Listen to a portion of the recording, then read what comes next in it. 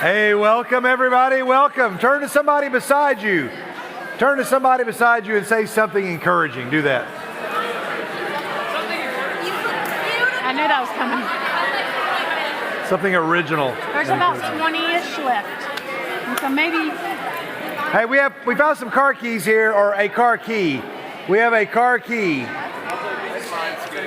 And we need you to, if it's yours, I mean, you're not gonna go far.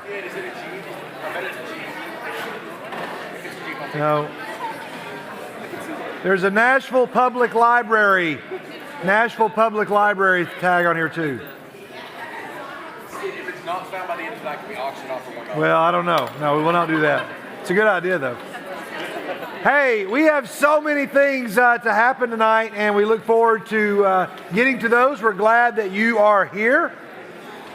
Everybody say hi to Courtney. Hey, everybody. If you have a cell phone, if you can silence that for us so that it won't be a distraction, that'll be super helpful. And those of you that are still finishing eating or drinking, make sure you hold on to your drinks and don't set those on the ground, because we will be moving around in just a minute, and you can throw those away during the 4-minute party. That would be helpful. Speaking of the 4-minute party, we're about to all stand up once again and meet one another. We're going to stand up and meet one another. Looks like we've already had a spill. And if you are a guest, Courtney's going to give you instructions. We're not going to embarrass anybody, but we're all going to stand up. And when we do, Courtney, what should they do? If you are a first-time guest, you can come up and meet one of our teen greeters up here. If you're a teen greeter, you can come on up. Come see one of them with a clipboard, and you will get to fill out just a little bit of information about yourself and receive a bonus gift for coming tonight. A bonus gift, which is a Baskin-Robbins gift card. Oh, I was like, what is, yes? I didn't realize she was already up here. So we're all going to do that. I know we just got started. We're glad you're here. Let's make sure, hold on to those drinks, everybody, or throw them away during the 4-minute party. But please, look beside you and around you. It doesn't have to be a guest. It can just be somebody you've not talked to in a while. Let's all stand up and let's have a 4-minute party. Hi, Maddie. Carter's here with me. Y'all are dating, right? Yes. They're dating?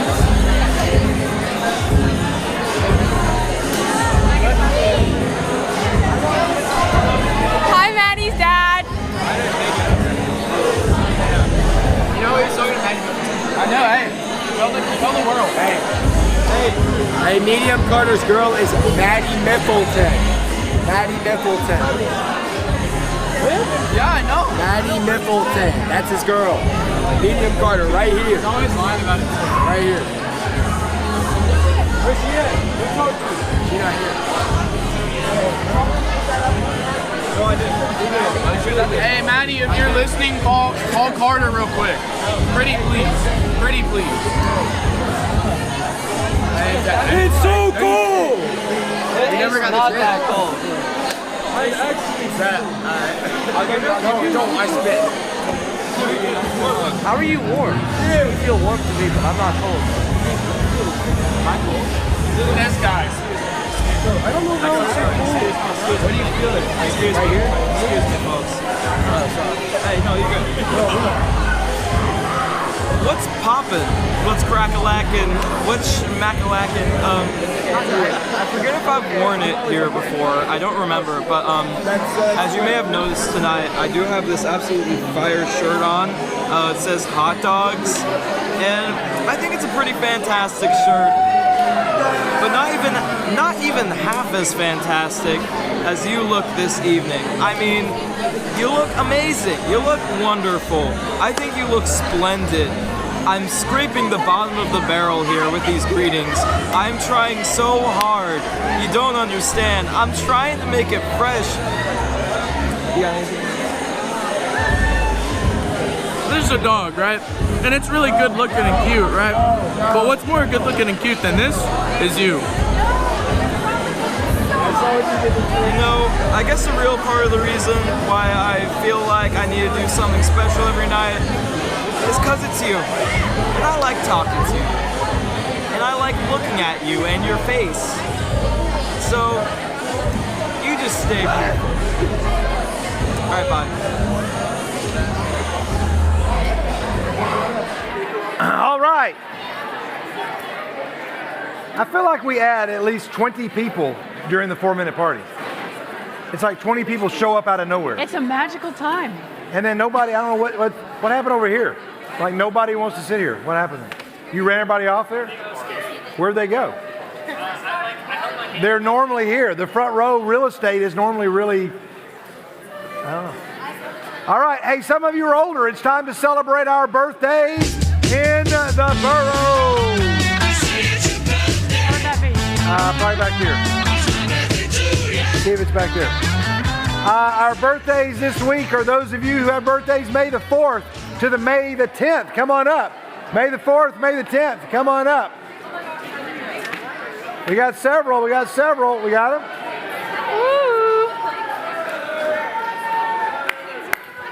Wow, it's ladies' night here on birthday day. And on ladies' night. Except for watching online. Watching online, everybody. Aiden Rogers could not be here today, but it's Aiden Rogers' birthday today. So everybody look right at that camera right there. And on the count of 3, we're going to say happy birthday to Aiden. 1, 2, 3. Happy birthday, Aiden. He is watching from, I think, visiting a family member in the hospital, a relative. And so they're watching online. But it is his birthday. Aiden, we saved you a sticker, just like we have these folks right here. They have their Abraham Lincoln, you're still cool sticker. And that's the way we sing happy birthday in the NBYG, is with 3 simple words. And those words are something like that. And it goes like this. You're 1 year older than you used to be. Come on. And you're still cool. Everybody. You've still got it. It's plain to see. Come on. You're still cool. Get your birthday today. That's why we're here to say that you're still cool. Everybody say happy birthday. All right, you all can have a seat. Okay, it's Wednesday. Tomorrow's Thursday. That means Panera. Tell us all about it, Courtney. All right. We have our 7th through 12th grade girls. You are invited to come join me and all the other girls there for a Bible study at Panera tomorrow from 4 to 5 at the Panera on Memorial next to Sprouts. We have fun, good food, and a lovely time. So please come join us. If you've never been, we'd love to have you. Yeah, it'd be great. Awesome. Ladies, check that out. So we're going to look back. We're going to look back instead of ahead. Look back at something that happened this past Sunday. We honored the class of 2025 at Senior Sunday, everybody. It was Senior Sunday. It was Senior Sunday. What? Graduates. Here they are. Not all of them are here tonight, but we had about 34 graduates total. About 30 of them were here on Sunday night. This is one of my favorite images of the year. It really is one of my favorite pictures of the year when we honor our graduates by asking them to select an 80-day mentor that they are going to have with them for the first 80 days of their college semester. So that doesn't start just yet, but I love this picture. And then we came back here for a reception, a May the 4th celebration, and we had some special guests that showed up. We were pretty excited with some folks from another galaxy. There's our seniors with them. That was great. We went into the guys' restroom, and they decided to go see one of their friends who stays in there. But there we go. That was fun. And Courtney and I got into the action as well with some of our guests from the 501st Legion. They travel around to charity events, children's hospitals, sporting events, and they don't accept any money, but we donated from the NBYG to Wishes and Dreams of Middle Tennessee that help make wishes come true for kids with terminal illnesses. And so we were glad to have them celebrate with us. That was great. This is one of my favorite pictures of the night, having all of our seniors that were here. That's great. I can't decide, Courtney, if that is my favorite. That's one of my favorite pictures of the night, but it's a tie. It's a tie with this one. It's a tie with this one.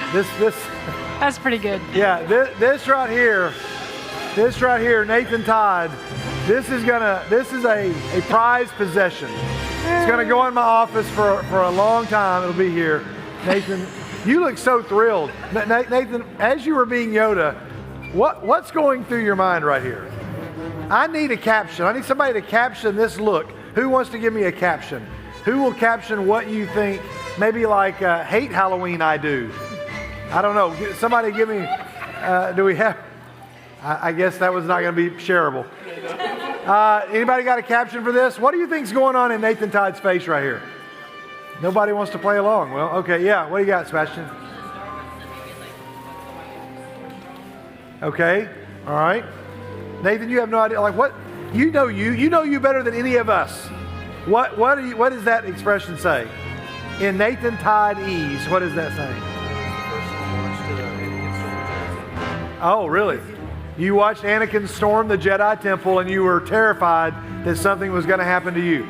Okay, there we go. Well, that was a great night. It was a lot of fun. All right, hey, update everybody. Pay attention. Update about something coming up this summer.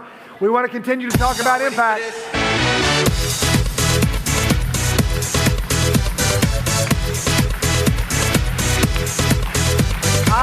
I both get excited and tired when I hear that song. I'm already worn out. Just so you know, there's the dates for Impact. Junior is for current 6th through 8th graders, what grade you are currently in. And then senior is for current 9th through 12th graders. Again, it's Impact Junior and Impact Senior, not for juniors and seniors in high school. There was some confusion over that. But Impact Juniors for middle school students and Impact Senior. Right now, we have 37 spots remain for Impact Junior. But if you want to go to Impact Senior, we have 12 spots. 12 of our 100 spots remain. And our 90 spots for junior, 37 of those remain. So we want you to get those in as soon as possible. If you have a question about that, let us know. And if cost is a factor for you, we can possibly help to make that possible. We do not want that to be a reason you don't go with us. So you just need to come and talk to Courtney or myself, and we'll help you out with that. All right, let's look at some pictures of the week, everybody.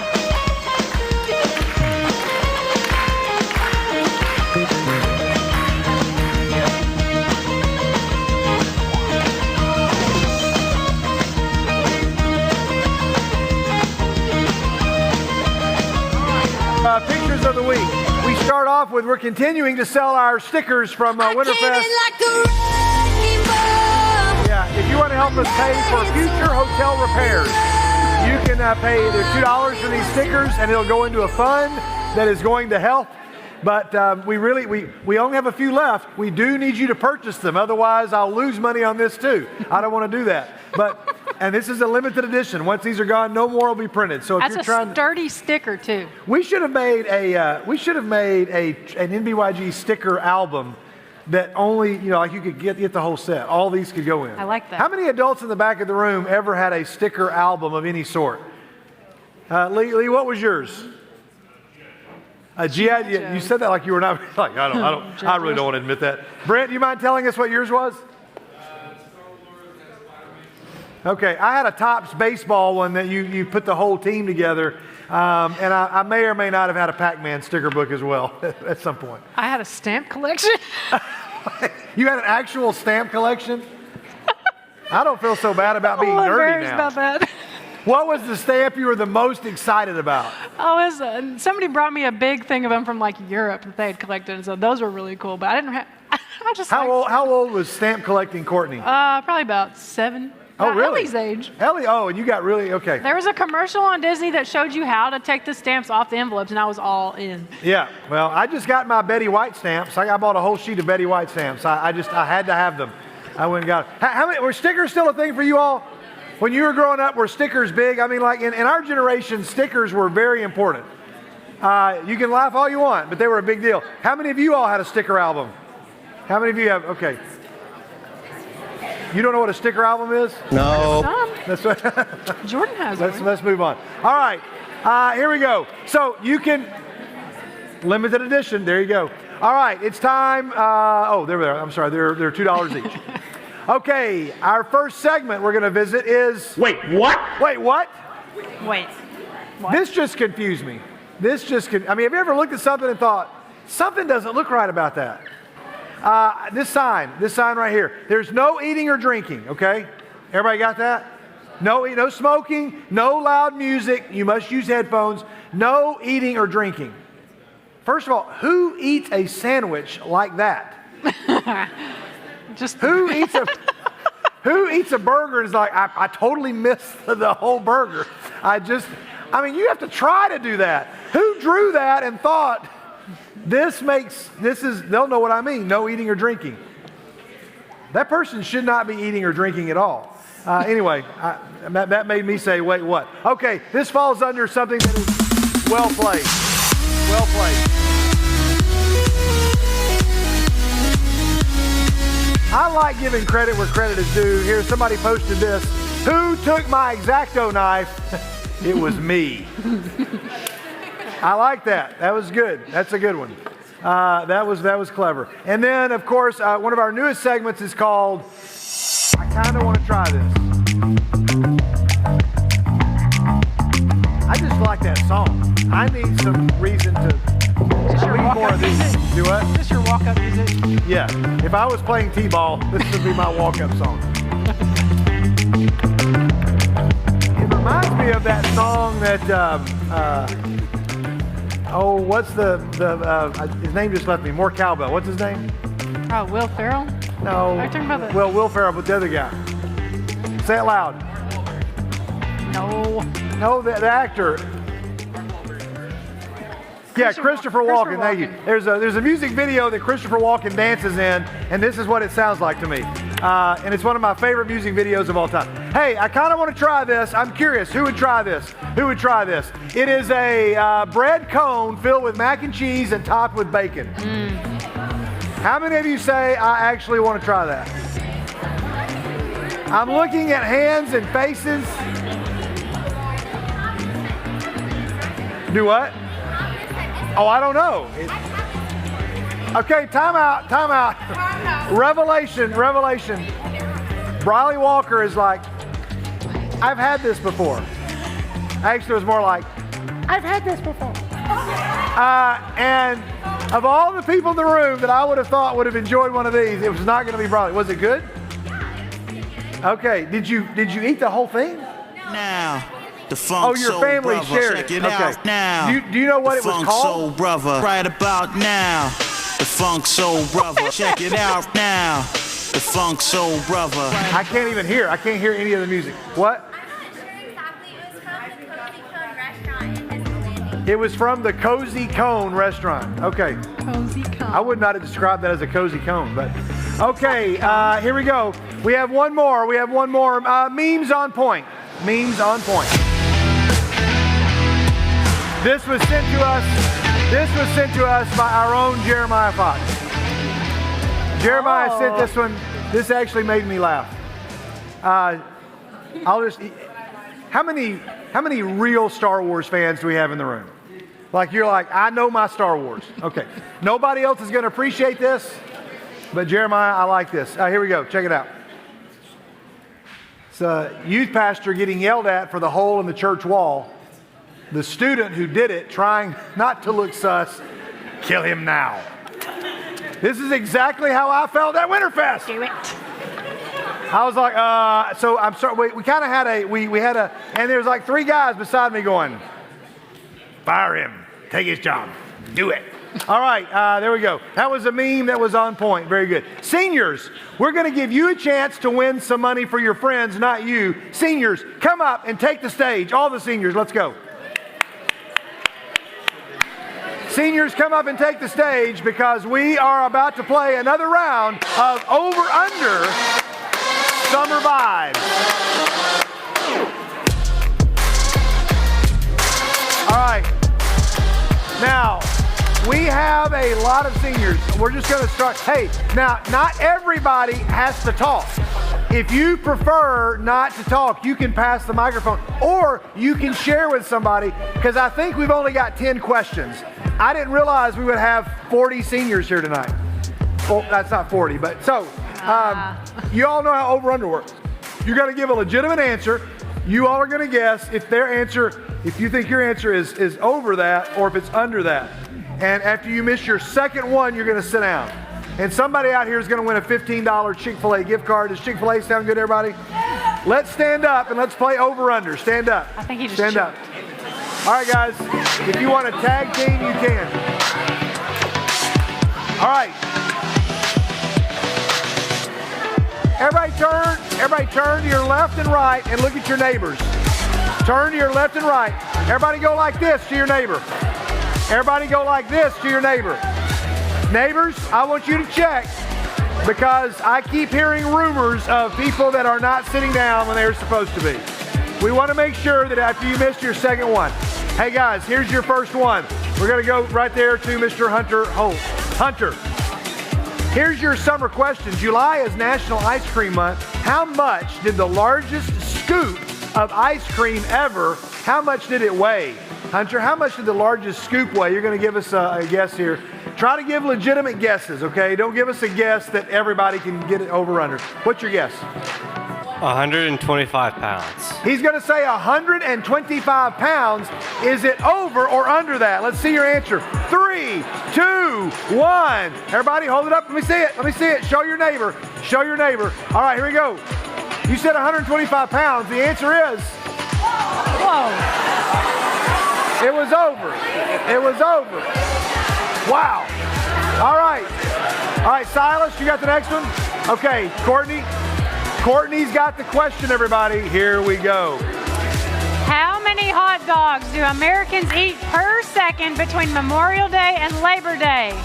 How many hot dogs do Americans eat per second between Memorial Day and Labor Day? All right, give us a guess. I'm going to go with 2. 2. You're going to go with 2? No, that answer is not acceptable. We're moving on to the next person. 2 per second? No. 2,000. Wait, we went from 2 to 2,000? But this is it's American. It's American. All right. So, how many hot dogs do America? Okay, you're going to say 2. We'll go with Silas's answer. We're going to go with 2. 2. Is it over or under 2? All right, show your neighbor. 3, 2, 1, and it is 818 per second. Americans, all of America. All right. I don't ever know. I don't write the question. You get on your second miss, sit down. On your second miss. Hey, time out, guys, listen up. Listen up. I need to make sure you're showing your neighbor because I personally watched people in the past miss 2 in a row and then not sit down. So help us out. All right, here we go. Here's your next question, and it's going to go to Thomas. In 2014, Grill Master Jan Grief set the record for the longest barbecue by grilling for how many hours straight? Thomas, how many hours did Jan Grief grill? Grilled straight without stopping and sleeping. I'm guessing 15. 15 hours. 15 hours. He says 15 hours, over or under. Show your neighbor. Here we go, 3, 2, 1. It was 80 hours. All right. Aspen, you got the next one. Courtney, here's your question. Thanks to thermal expansion, the Eiffel Tower in Paris grows how many inches during the summer? I'm going to say... Thanks to thermal expansion. Okay, the Eiffel Tower. All right, how many inches during the summer does it grow? Aspen. It's still growing? I think 6. What? 6. She's going to say 6. She's going to say 6 inches. All right, wait, you said what? 6. She said 6. Is it higher or lower? Higher or lower? All right, here we go. 3, 2, 1, show your neighbor.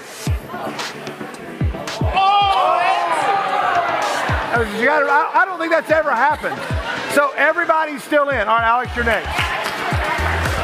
All right, guys. Hey, how many of you have missed one? How many of you have missed one? Yeah, thank you. That was you got it just right sound. Nice. How many of you have missed one? How many of you have, I guess everybody else has missed none. All right, otherwise you're sitting down. Here we go. In 2019, the world's tallest bonfire was lit in Lustenau, Austria. How tall was it in feet, Alex? Tallest bonfire. Give us a reasonable guess. I'm going to say 222 feet. 222 feet. Higher or lower? Show your neighbor. Show your neighbor. 3, 2, 1. Watch the screen. Show us your answer. It is. Good. Good guess. All right, here we go. Sarah, you got the next one. Courtney. What percentage of babies are born during the months of June, July, and August? What percentage of babies, of all the babies born in a year, what percentage are born during those 3 months? 30%. They say 30%, lower or higher. Everybody show your neighbor. 3, 2, 1.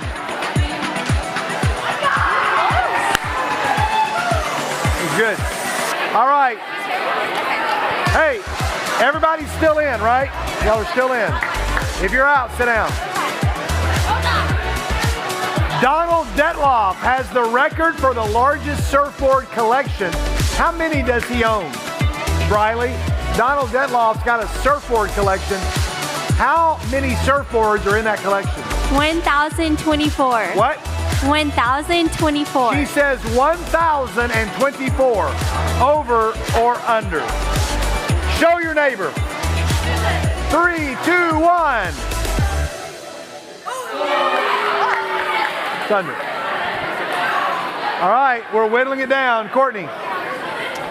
The world's largest inflatable pool toy was a swan that stood how many feet tall? Anna McKenzie, you're going to guess how tall was the swan pool toy? 76.5 feet tall. 76.5 feet tall. All right. Show your neighbor. Show your neighbor. 3, 2, 1. Here it is. I see you. That was very close. These are close answers. You guys are doing great. All right, Julie, you got the next question. Here it is. The record for the most people making sand angels simultaneously was set on a beach on Lake Michigan. How many people set the record for the most people simultaneously making these sand angels? 175. 175 people simultaneously. Over or under? Let's see it. 3, 2, 1. Show your neighbor. Here it is. It is over. It is over. All right, here we go. Next is going to be Campbell. You got the next one. Courtney, take it away. How many gallons of iced tea do Americans drink each year? How many gallons of iced tea? 86,000. 86,000 gallons. Higher or lower? 3, 2, 1. Show your neighbor. More than that. Show your neighbor. It is 3 billion. A little off there. A little off there. All right, Virginia. Here we go. Hey guys, this is our tiebreaker. After this, we're going to have to go again to a rock paper scissors. Make sure your neighbors are playing fair, please. Buffalo Olmsted Parks Conservancy. I guess I said that right. Holds the record for the longest line of plastic pink flamingos. How many birds are in their line of pink flamingos, Virginia? It's the record for the longest line of plastic pink flamingos. How many? I think like 4 million. Definitely. No. We're going to pass. Wait, what is the... We're going to pass. Colt, no, you're going to get. We're not going to go with 4 million. No. I don't understand the question. Give us a guess, Colt. How many pink flamingos are in this line? 2,600. 2,600. He says 2,600. Over or under 2,600? 3, 2, 1. Show your neighbor. It is 1,500. All right. If you are still standing, everybody always fails this instruction as well. If you're still standing, you need to find a partner. Don't play yet until everybody's got a partner so that somebody's not hanging around. Find you a partner you're going to play with. Y'all right there. Partners. Right here. Right there. You got partners? You got... All right, then you're last one out. You get a bye. You get a bye. Here we go. You're gonna go 1, 2, 3, shoot on 4. 1, 2, 3, and then shoot. Ready? Here we go. 1, 2, 3, shoot. Loser, sit down. Loser, sit down. Find another partner. Find another partner and then shoot on 3. Go. When you find another partner, let's go. All right, right here. Let's go.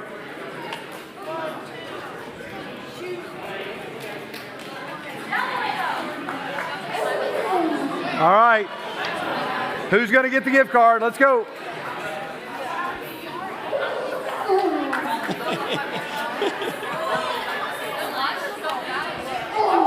All right, here we go. Hey, best 2 out of 3. Best 2 out of 3 for our winner here.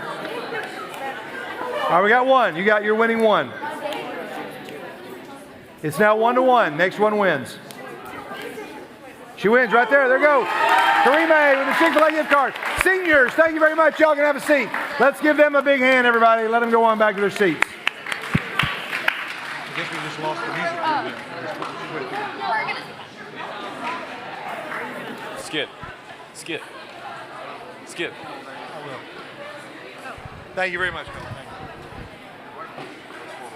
Hey, so in all of the chaos of the day, I also forgot that Sunday is Mother's Day. It is also a Stones River Manor Day. And so those of you that are going on mission trips and have to attend one of the Stones River Manors, that's one of the few we have left. So I don't have a video. We don't even have an announcement. But we need you to show up for Stones River Manor on Sunday night. So Sunday night, Stones River Manor, if you can do that. I forgot to mention that earlier. Okay, very good. Thank you. Okay, we're going to be moving on and getting ready to head into the reason that we are here. We're about to worship together. Tonight is the first Wednesday night of the month, so you'll notice the prayer papers that are right up here. Courtney, can you tell us, what do they need to do during worship as we begin? Tell us how these work. You can come up and fill out your prayer paper during the worship time, and you'll slide it under the door right over here. And what's her name? Miss Sharon. Miss Sharon is in there praying for your prayers. Praying for your requests. So fill out a sheet, come fill it under there, and then come back to your seat and continue to worship. Anything you want to write down there, you can. You don't have to put your name on it. If you want to, you can. But she's going to be praying for those all during tonight. She's sitting right in there. So and she's excited. She was out last week. She wasn't feeling well. She's back here today, and she said, I'm ready to go. So let's put some prayer requests under the door for Miss Sharon. If you're trying to keep up with your Core 52 book, this is where we should be this week. We are in May the 4th through the 10th. What does it take to be blessed? And the next 3 or 4 weeks all come from the Sermon on the Mount. So you're going to get a reinforcement of that. It'll be pretty cool. So let's do this. We're going to turn the lights out in the back. We'll leave some lights on up here so you can write and you can put the prayer request there underneath. And then we have 2 weeks left. 2 weeks left of our series. We're going to try to wrap up most of it tonight. Next week's going to be a big night. Next week will be a big week. We have a special guest coming. You're going to want to be here as we finish off this series, especially if you've been here for a good portion of the year. You're going to want to be here next week. You're not going to want to miss that. Our interns will be here, Lord willing, next week as well. That's another reason you're not going to want to miss being here. And then the following week on the 21st, we will be in this room, but we'll probably be doing something fun with the interns. And we will have True North. We will have a meal, but it'll look and feel very different. Many of our MTCS friends will be gone to camp. And then on the 28th, we take a break from True North. We all go to the Siegel Pavilion. We're going to meet out there. We'll play some volleyball, kickball, cornhole, other things. It'll be awesome to be out there at Siegel. And then we start meeting in homes all throughout the summer. We do not meet in here. So just so you know, everybody got that? Say got it. Okay, that was a lot. Let's all stand up together. Let's get ready to worship. Let's get ready to worship. And if you want to write a prayer request, please take a moment to come up to the stage while we sing the first couple of songs. Let's sing.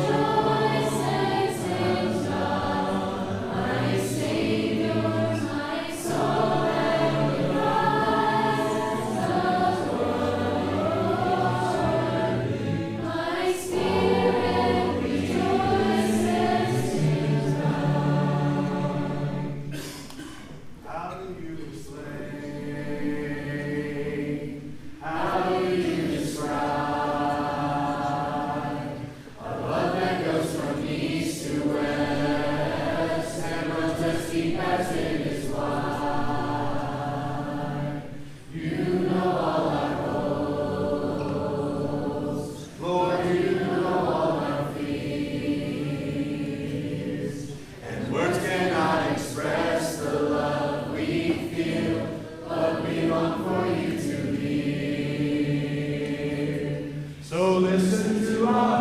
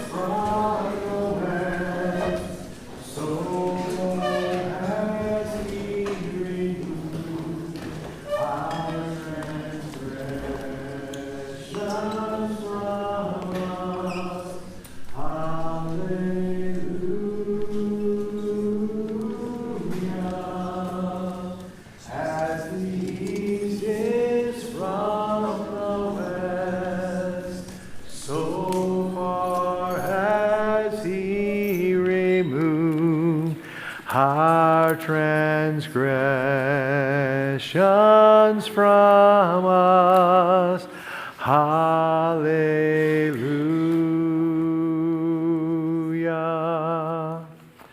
Great, you guys sound great. We'll amp it up next week when the interns get here. We want them to hear how energetic you can be, so we'll save all of the energy for next week. We look forward to that, and we look forward to finishing up this series. I'm excited to finish it.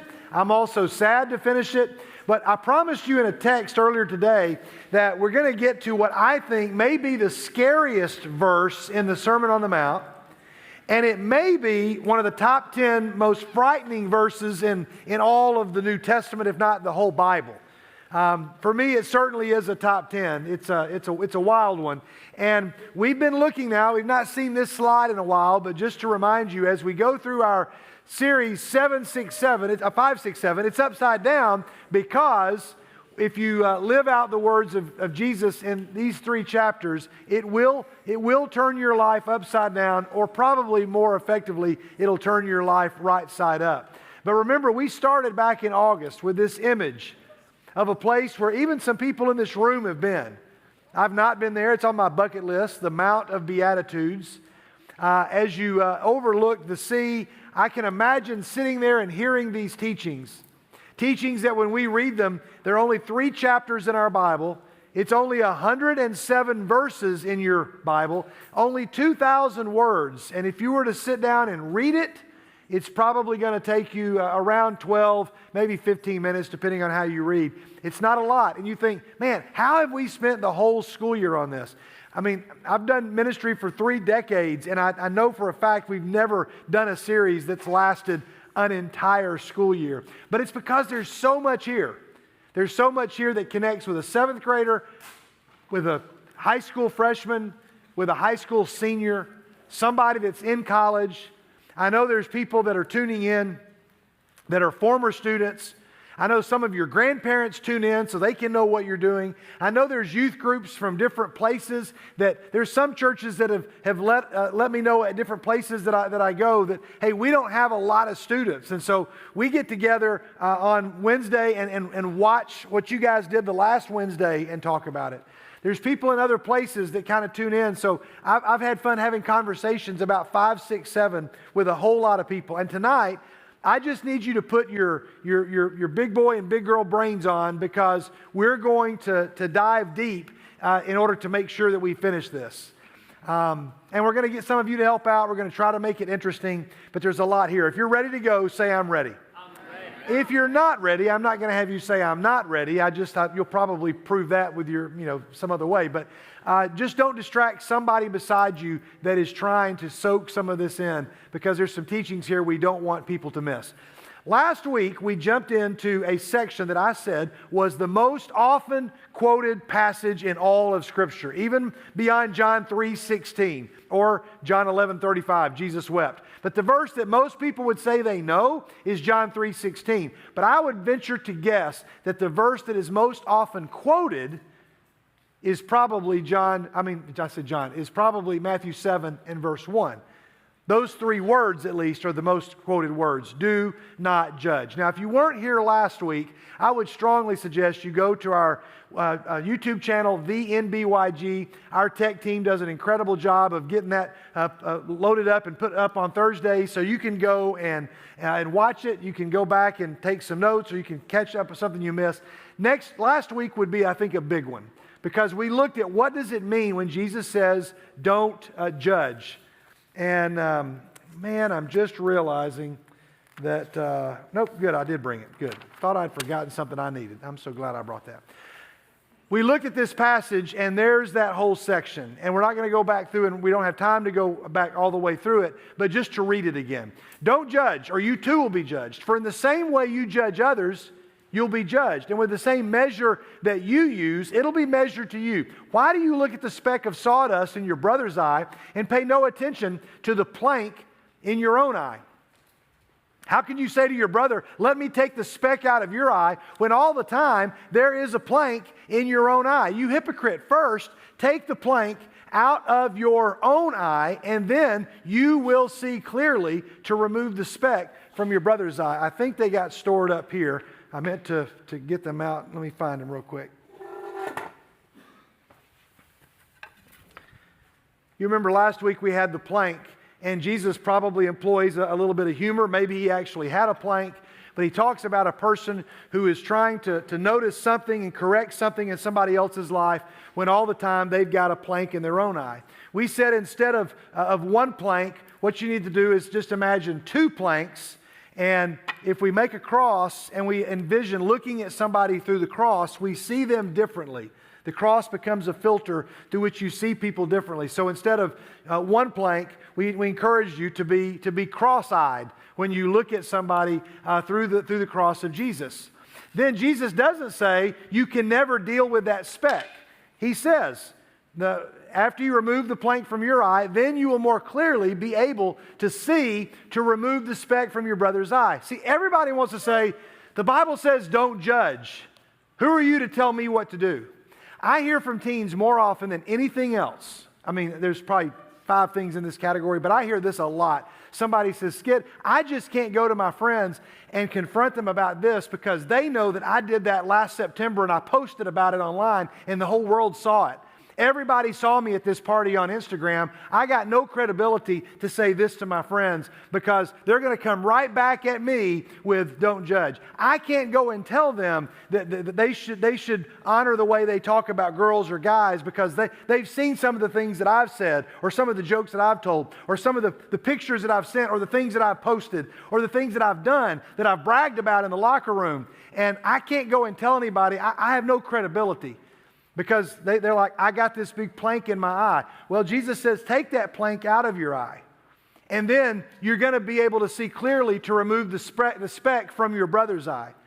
See, the 3 things we asked you to remember last week, and these are big. Remember, last week I told you everybody in the room at some point, and I really believe this, every one of you is going to have to give the talk that I gave last week. Does that mean you have to memorize all the words? No. But you need to go back and take notes. Because I guarantee you, every one of you is going to have to give that talk at some point in your life when you have a friend that you need to lovingly confront, or, let's flip it around, when somebody has to come and confront you.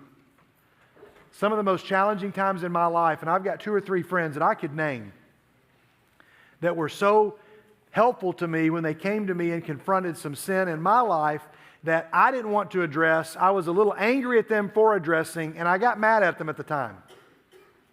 But I'm very, very close to them. One of the greatest riches and rewards of youth ministry are those moments when sometimes I have to discipline somebody, when they're at this age, and I have to just kind of confront something going on in somebody's life, maybe one of you. And that, years later, we're still very close because you realize, remember, I need somebody to help me illustrate this. I don't know who helped me last week, but let's get, okay, come on up, Camden. When I shared this very simply, I'll make sure you get this picture, that there's a difference in confronting and condemning. Jesus doesn't say you can't confront. When he says don't judge, he doesn't say you can never make a discerning behavior about something that Camden is doing.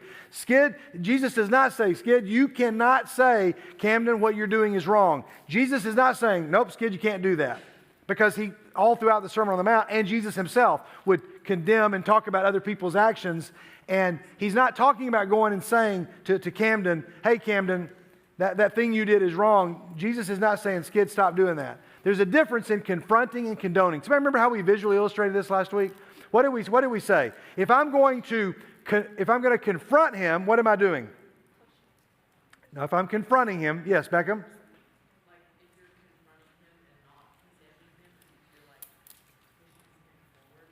Okay, yeah, I believe you were the one that helped us illustrate this last week. I'm just remembering now. If I'm trying to confront somebody, I'm trying to get them to a better place. If I'm confronting someone, I'm trying to get them. You say, wait a minute, I thought the word confrontational is negative. Of course, you can confront somebody in a negative way, and you can be confrontational in a way that is not healthy. But to confront someone is to come to Camden and say, hey, Camden, I want to bring you to a better place. But to condemn him is to put him in his place. It's like to say, I want you, like you're going to jail, not really jail, but you're going to go to relational timeout. Or I even said, and I didn't mean to be offensive. Nobody that told me they were offended. But that phrase, I told you that's why that phrase, go to hell, is so strong. Because when you say that, you're not just expressing, I'm irritated by you, and you can just go there. But when somebody says those words, what they are saying is, I have now put myself on the seat of judgment to declare what you are worthy or not worthy of. And nobody in this room gets the right to do that. And when you tell somebody to go to hell, that's what you're doing, is saying, I've decided I'm that person. To confront somebody is to say, hey, there's something we need to talk about. I want to bring you to a better place. But to condemn them is to push them away and put them in their place. Thanks, Cameron. You can have a seat. I wrote down these words. I said to confront someone, and I had some teens help me with this several months ago. We were having a discussion, and I said, help me think through this. To confront someone is to illuminate. I want to shed light on something that maybe Camden is doing, that I want to say, Camden, let me shine some light on this dark part of your soul that I think needs to be seen. I want to motivate. I want to say, hey, Camden, I want you to get out of that mess you're in, and I want you to come to a better place. Or I put the word initiate. I'm trying to initiate. Camden, I want to be a spark that says you can do this, and I'm going to stand with you as we try to get out of this, whether it's an addiction, whether it's a habit. We talk, at CR about habits and hurts and hang-ups. It may not be an addiction, but it may be something he's doing that I'm like, hey, I want to motivate you, I want to initiate, I want to illuminate. If you got those words, just say, I got it. If I'm going to condemn him, here are some words that teens gave. Teens gave these words. They said, my motive is to humiliate him, or my motive is to irritate, or my motive is to aggravate, or my motive is to intimidate, or my motive is to isolate. I don't have those on a screen. I just want you, those words are heavy. Those words are heavy. Humiliate, irritate, aggravate, intimidate, isolate. That's a person who condemns. A person who condemns says, oh, you did that thing and you know you did it. It's because you are a rotten person. You're a no good person. You're a loser. You're a failure. You're no good. And all of us have been attacked by somebody that probably tried to condemn something we did. I saw what you posted on Instagram. I saw what you did at that party. I heard what you did with that girl. I heard what you did with that guy. And I just want you to know that I'm going to tell everybody, because I want to humiliate you. I want to irritate you. I want to aggravate you. I want to intimidate you. And I want to isolate you. You're going to be alone, because there's no worse thing than you being off by yourself. Okay. But if I want to confront you, I'm trying to do the other things. And here's what we said. We said in 5, 6, 7, these are big, we are reminded that there is such a thing as right or wrong. There is. The world will tell you that there isn't. The world's going to tell you what's right for you may not be right for me. That may be true when it comes to flavors of ice cream, or what donut you want at Donut Country, or what cereal you get from the cereal aisle, or what you order when you go to the restaurant. That's true. That what might be good for you is not good for me. But when it comes to the things of Jesus, Jesus says there is such a thing as right and wrong. Then he says it's never right to ignore wrong. So some of you say, my friend's going through something, they're dealing with something. You know what? I'm just going to let them deal with it. One, because I did it a long time ago, and if I tell them they can't do it, they're going to throw right back in my face. Remember that time you did that thing? They're like, I don't want any part of that. Jesus says it's never right to ignore wrong. And then he says there is a right way. There is a right way to confront wrong. And then we asked you the question last week. We said, are you the kind of person that can be confronted? Jesus says, don't give to dogs what is sacred, and don't throw your pearls to pigs. If you do, they may trample them under their feet, and they may tear you to pieces. Jesus says, hey, it may be, Camden, stand up again. He may say, let's forget that I'm the youth minister coming to him now. Now let's just imagine that it's a friend coming to you, okay? Who's one of your friends right here? Who would come to you if you goofed up? Who might come to you? Okay, Alex. Okay, well, you pointed out. Alex, stand up. We're going to let Alex come up. Alex is somebody that's older. He's probably kind of pouring into your life as you would a Timothy in your life. And here's the deal. When he comes to you and says, hey, Camden, man, I've noticed this thing. I just want to tell you, if you keep doing this, like this is going to lead you to a place you don't want to go. Jesus says, you need to know that there may be a time, he may not be ready for this. He may not be ready to hear this. And he, not calling you a dog or a pig, but he says he may take what is sacred, your love for him, and he may wad it up and throw it back at you. He says if he's not ready, he's not ready. But you guys remember, We asked this question, are you the kind of person that can be confronted? And then we quoted this passage that everybody quotes and everybody knows, but I'm beginning to think that it's in the context of judgment in this Matthew 7. This verse is here for a reason. Jesus isn't changing the subject to say, we talked about these two guys and about confronting. Now let's talk about prayer. No, I think, I could be wrong. When I get to heaven, you'll be the first to witness when Jesus says, hey guys, remember that night at True North? Skid had that wrong. But he's here, so congratulations. It's okay. But I think Jesus is saying, so when you want to go to him, now, let me just pause for a minute. Forget about Camden and Alex for a second. Let me ask you this. Don't raise your hand. Don't raise your hand. Just raise your heart, okay? How many of you have a friend, somebody in your life right now that you know probably needs to be confronted over some behavior or something that they're doing that you know is going to be destructive to them or to somebody else? My guess is I don't have to see your hand. It's a lot of us. And if it's not you now, it will be. And Jesus says, before you go to him, see, Camden's over here. He has no idea that you're going to come and confront him. You love him. You care about him. Jesus says, hey, ask. Ask, and it'll be given to you. Ask for what? Ask for an opportunity. God, give me the right time to go to Camden. Seek, and you'll find. Knock, and the door will be open to you. He says, Alex, don't go kicking the door down, because if this was his house, nobody wants to receive a guest that way. Knock. Let him invite you in.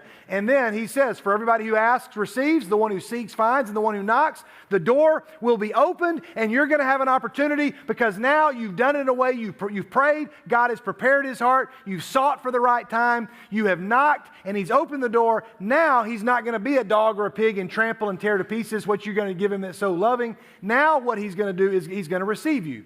Does that make sense to everybody? Now, you guys can have a seat.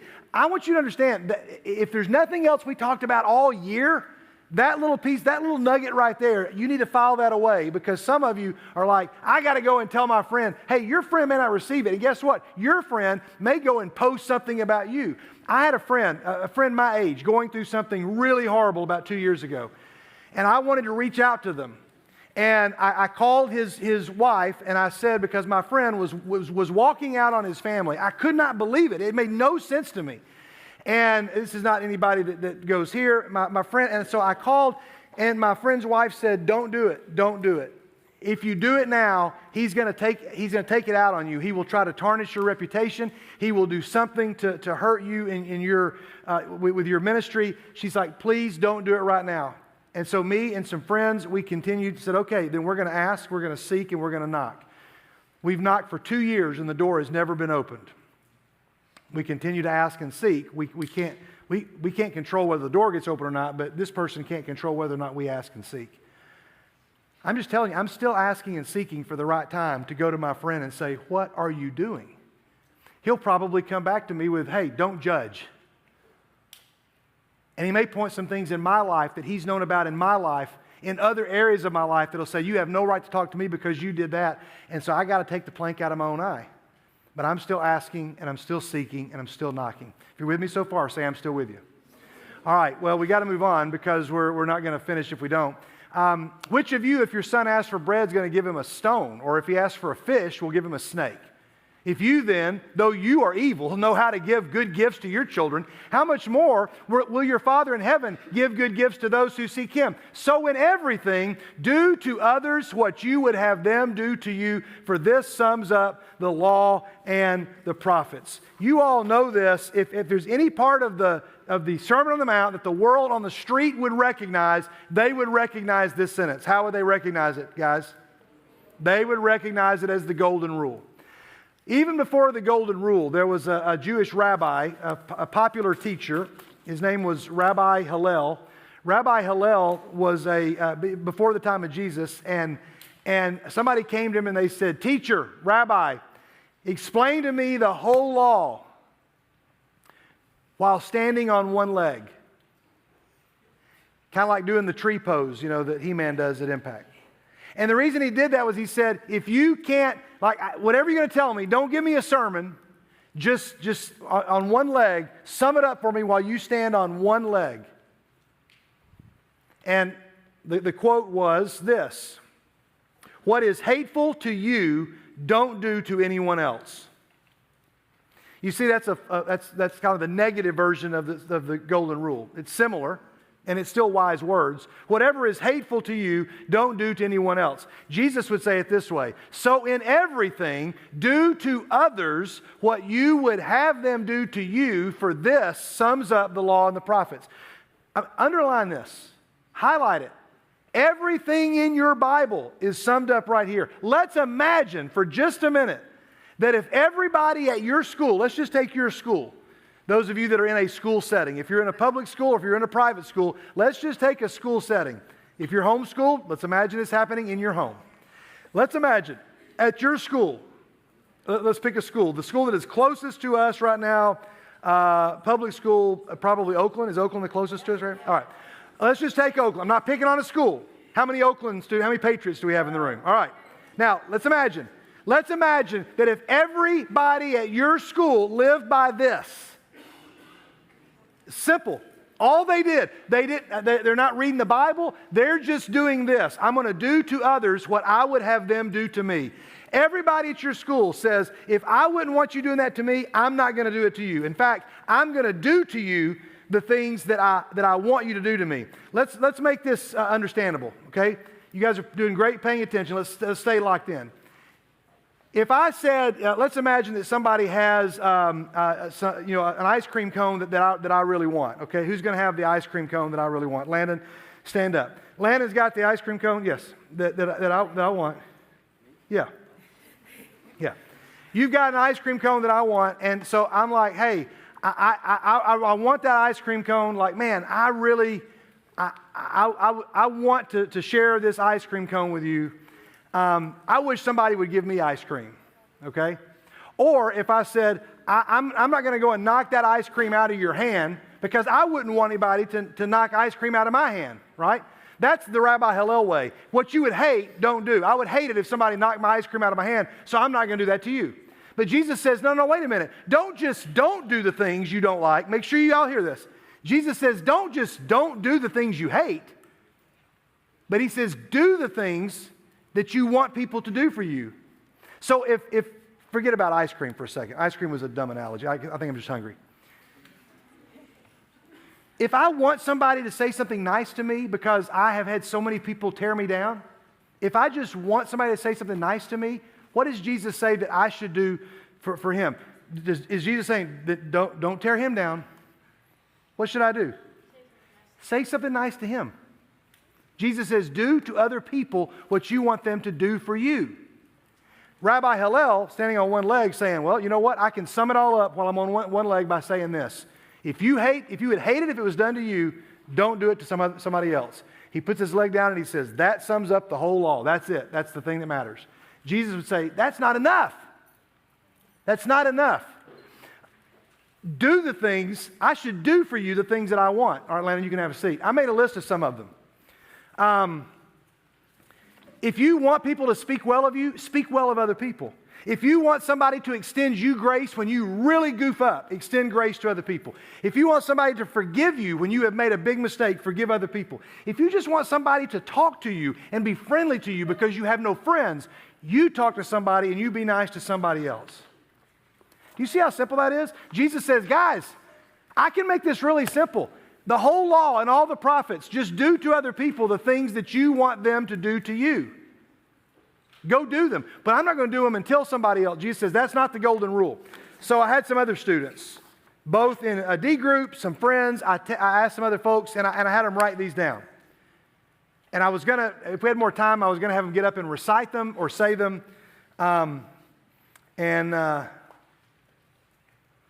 Let's just try it this way. Let's get, who wants to, we need a few orators. Who wants to read something for us? Sarah, come on up here. Sarah, come up. Okay, Caius, come up here. Let's get one or two from over here. Ryder, yeah, okay, Ryder, you can come on up. I probably said that in a way that was not very encouraging. I didn't mean that to be encouraging. Ryder's unpredictable sometimes. Okay, let's get one more lady. I need one more lady, one more female. One more girl who's come on up. Okay, Adley, come on up. All right, we wrote these down. Hey, Jesus did not say these things. Y'all go and line up right there. I'm going to get you all a microphone.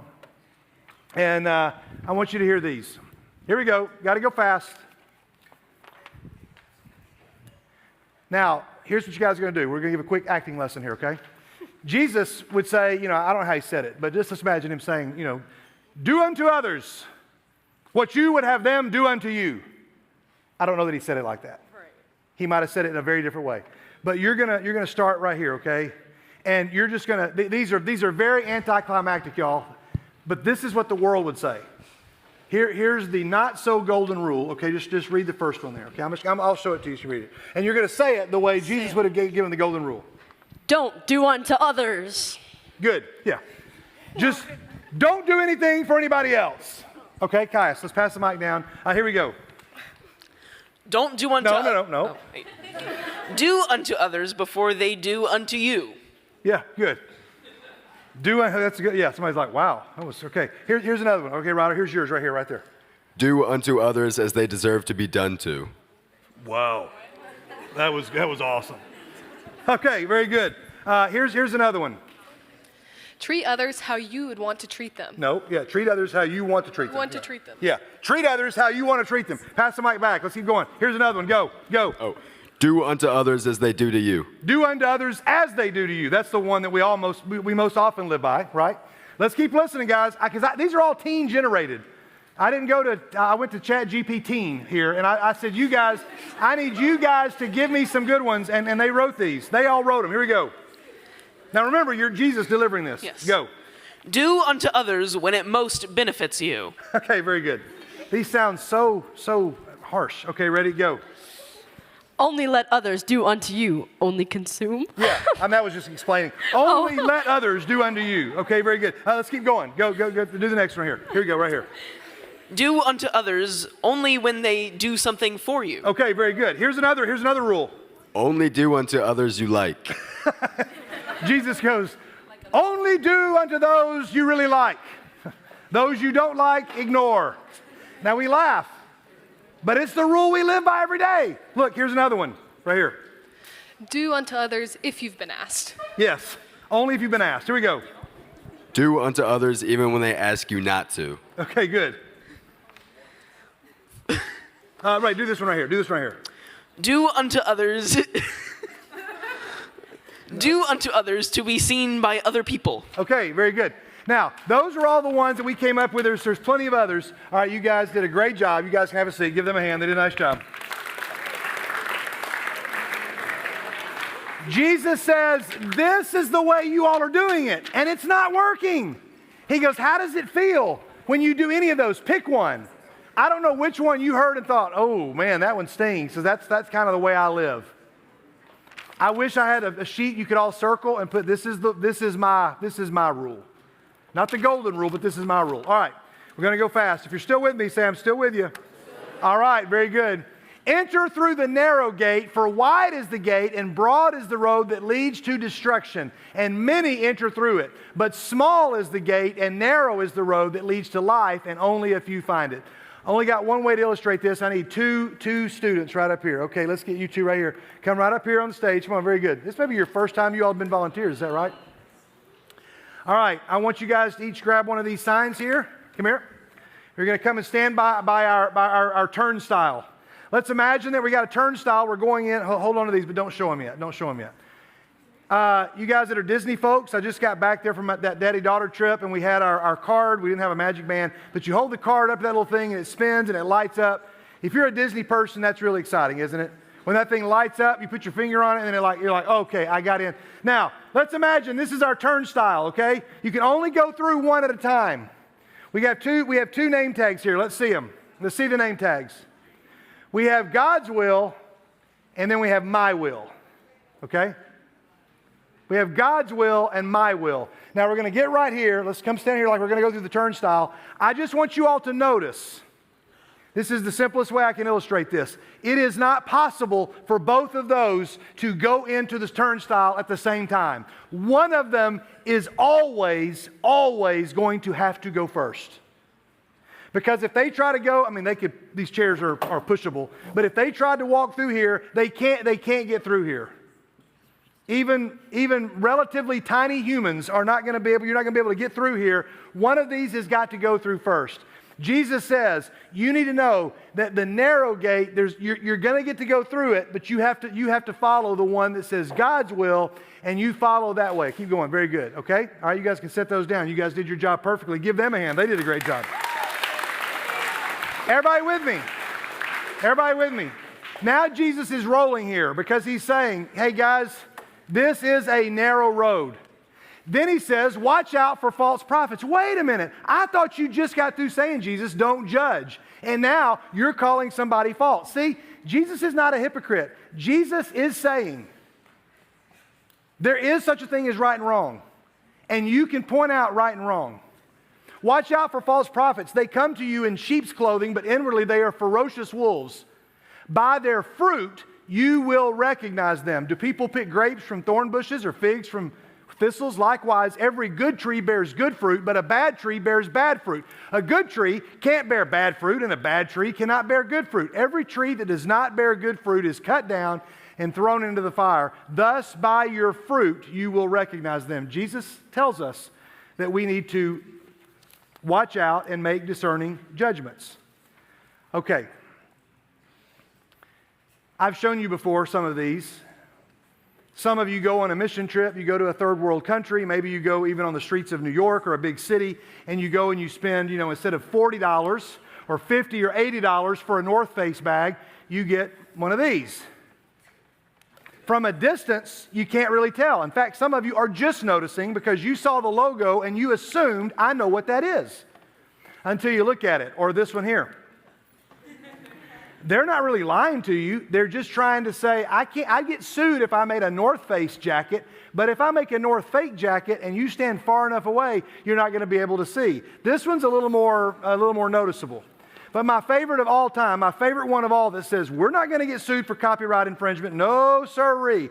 We want to convince you that you think you know what you're getting, but in fact, we want you to know. We want you to know that you're getting, that we're announcing this is a fake. Jesus says, hey, in the world, it's difficult sometimes to spot a fake. Jesus says, you need to know, though, that the one who made you has no trouble at all knowing when something's not lining up. Now, I want to go fast because this guy here, Gunther, his name is like Dan Gunther in Germany. He went to, he's a tattoo parlor artist. The guy shows up and he says, I want washboard abs, but I don't want to work out. And I hope this picture doesn't offend you or gross you out. But he says, I don't want to work for it. And he says, if you can't tone it, tat it. So that's a tattoo on his chest. It's just a tattoo of from a distance, really quickly, you're like, oh, that's impressive. But then you realize it's just a tattoo. Jesus says, here's what a lot of people are doing. To the Pharisees, he says, a lot of you, you're walking around with tattooed abs and you're not fooling anybody. Now, guys, this is the scary verse. Got about 4 minutes to do this. This is the verse that scares me every time I read the Sermon on the Mount. And if you're talking to somebody beside you, you should pause and you should watch up here because Jesus, I can imagine, he's telling all this and people are laughing about the plank in the eye and the pigs and the dogs and he's doing all this stuff and everybody's going on. And then Jesus stops and he says, not everybody who says to me, Lord, Lord, will enter the kingdom of heaven, but only the one who does the will of my Father who is in heaven. Many will say to me on that day, Lord, Lord, did we not prophesy in your name? And in your name, did we not drive out demons? And in your name perform many miracles? Then I will tell them plainly, I never knew you. Away from me, you evildoers. We could spend 2-3 weeks just on this passage. We don't have time. We're not going to. But Jesus makes it clear. He doesn't say this to scare us to death, but he does say this to wake us up. He says, hey, just because you show up at True North and you sit in a chair and you come to church on Sunday, like Jesus says, that's not what I want. That's the person that steps into the kingdom. Remember our Disney map from a long time ago? That's the person who steps in and says, I'm in. And Jesus says, not everybody who steps into the kingdom is experiencing the kingdom. And not everybody who says to me, Lord, Lord, is going to enter the kingdom. Here's something we need to know. Jesus, in the whole Sermon on the Mount, in these 3 chapters, this is a big distinction, everybody, because this hits us.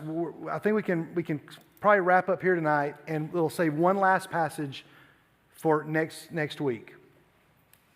And then we're done with this. I mean, it's a year-long series. You guys have done a remarkable job. You need to know, Jesus is not comparing, he's not comparing atheists to believers. Sorry, I just randomly chose you all. Left to right, alphabetical order. Jesus is not saying, I got atheists over here and I've got believers over here. Listen, I know that was, I'm not making light of this. Listen carefully. Jesus in the Sermon on the Mount is not writing, he's not saying, some of you live like atheists and some of you live like believers. The people that were there were religious leaders and they were his disciples. He was talking to them. He wasn't talking to unbelievers. He was saying, listen carefully. He's not saying we got atheists over here and we have believers over here. Jesus says, I'm trying to straighten this out because some of you are carrying the North Fake logo under my name. And he says, that will not work.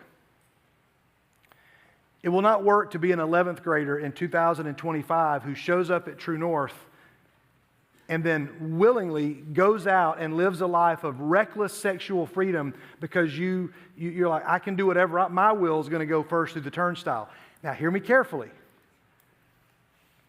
There are a number of us here who have made sexual choices that we wish we had not made. There are a number of, Jesus is not saying, sorry, you forfeited your chance to enter the kingdom. He's not saying that. He's not saying if you're one of those people, you should feel bad and get in back into the line of the people that are really good people. He's not saying that. Make sure you don't hear what I'm not saying. Jesus says, I'm talking to the people who say, I can willingly do whatever I want to do.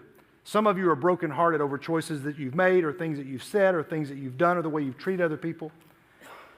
And you say, I want to try to get it right. Jesus is not talking to atheists versus believers. If you got that, say, I got it. He is comparing admirers to followers. I'll just come over here this time. Admirers to followers. And so let's do this, and then I'll let you go. Let's get 4 of you right here just to grab these. But you can come on up here, 4 of you. I want to leave you with this image. You're going to spell a word. You're the first letter. So there you go. 1, 2, 3, 4. Nope, down this way. You're right there. There we go. Now we go. He says this. Listen carefully. He says, some of you like me. You like Jesus. You show up at True North because you like Jesus. And Jesus says, this isn't what it's about. 2 of you? 2 more? Okay, right here. There you go. Take these. The Sermon on the Mount is written for Jesus to say, I don't want you to like me. That's not the point of this. Don't show me yet. Jesus says, you live in a world, teens, in 2025 where you can claim to be a Christian and not have to do anything that Jesus says, and the world will let you pass on that because they don't want to do what Jesus says. They kind of like the fact that you're a Christian, but you never confront them. They never want to confront you. You can live, you're like what my roommate said to me. If you're the best example of what can happen when the Spirit of God gets a hold of a person, I'm doing pretty good without him because I can tell you like Jesus. That's great. You like Jesus. Jesus says, it is not about liking me. He says this. He says the Sermon on the Mount is to be like Jesus. There's a difference in liking Jesus and to be like Jesus. The Sermon on the Mount is teaching us how we can live life and be like Jesus. And here's the last thing I will say while you guys look at that. Just listen to the words that are coming out of my mouth here.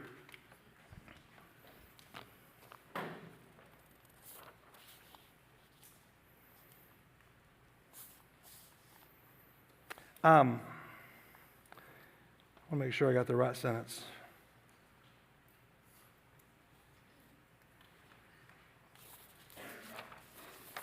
I wrote it in the wrong place.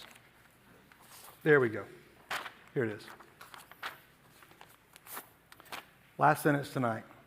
Jesus is not saying in the Sermon on the Mount, you live like this, and if you do it right, God will be your Father. Everybody got that? Say, I got it. Jesus is not saying, if you do all these things and you do it right, God will be your Father. What Jesus says in the Sermon on the Mount is this. Everything we've said, you will become. You will start naturally living like this once you truly understand that God is your Father. Next week, we'll land the plane. We'll finish it up in a dramatic way. And I do pray that you come back because you're not going to want to miss it next week. God, help us not just to like you, but to be like you. And God, I thank you for the way these students have honored your word throughout the entire year. And we can't wait to finish up next week. It's through Jesus we pray, and we all say together, amen. God bless you guys. Have a great night.